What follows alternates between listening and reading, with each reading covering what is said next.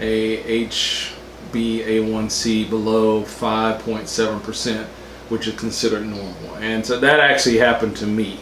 Yes. Where I was able to get down You're in to that that normal range to that now. magic number. Right.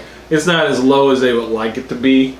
But it's still low enough that you don't require medication. Exactly. They actually would like it a little bit lower, but that was all through keto. Well, and as you continue to lose weight, that will probably keep going down and down. And I will also say that I actually have been back. Yes. I went back this year, and my numbers have stayed consistent. Right. After like 2 years off of. Yeah, with no medication at all. So so it's helped me. So I can attest to that. Right. So the bottom line for this is that ketogenic diets have been shown to reduce blood sugar in people with diabetes, and in some cases, values returned to a normal range, and they were able to discontinue their medications or half their doses. Yeah, so. And I will say this about this because I've had some experience with this.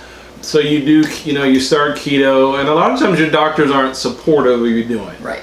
That's just reality. A lot of doctors aren't supportive of you doing a ketogenic diet, even low carb diet. And we are not doctors. Nope. But we do know and have talked to too many people that have had this success where things have gotten reversed. But again, sometimes your doctor will be slow about taking you off of medications. And it's just you needing to have a conversation with your physician. Because you need to be careful. Yes. Sometimes it can happen quickly. And you can start feeling crummy because you're taking more medication than you need to. Because it is happening quickly. That is a very good point. Because it actually didn't take me that long to be able to really reduce the medication and then eventually be able to get off of it. It didn't take that much time. Right. And so you do need to work with your physician as you do, especially if you've been diagnosed with right, because this diabetic. says 16 weeks. Yeah. So we're talking just a matter of months. So yeah. So you definitely need to be. You do need to be on top of keeping track of how you feel and letting your doctor know, hey, I might be taking too much. Right, and let them know. And let them know. If when keto's working for you, let them know that hey, this is what you're doing. Mm-hmm.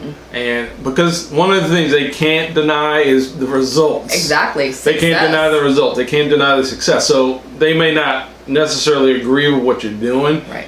But they can't. They can't deny what they're seeing in front of them. Yeah, your blood levels. Yes. Your tests. I mean, if they're seeing your HbA1c going down, they can't do anything but say, okay, we got to take away some medication. Yeah, here. They can't deny it. So just keep that in mind as you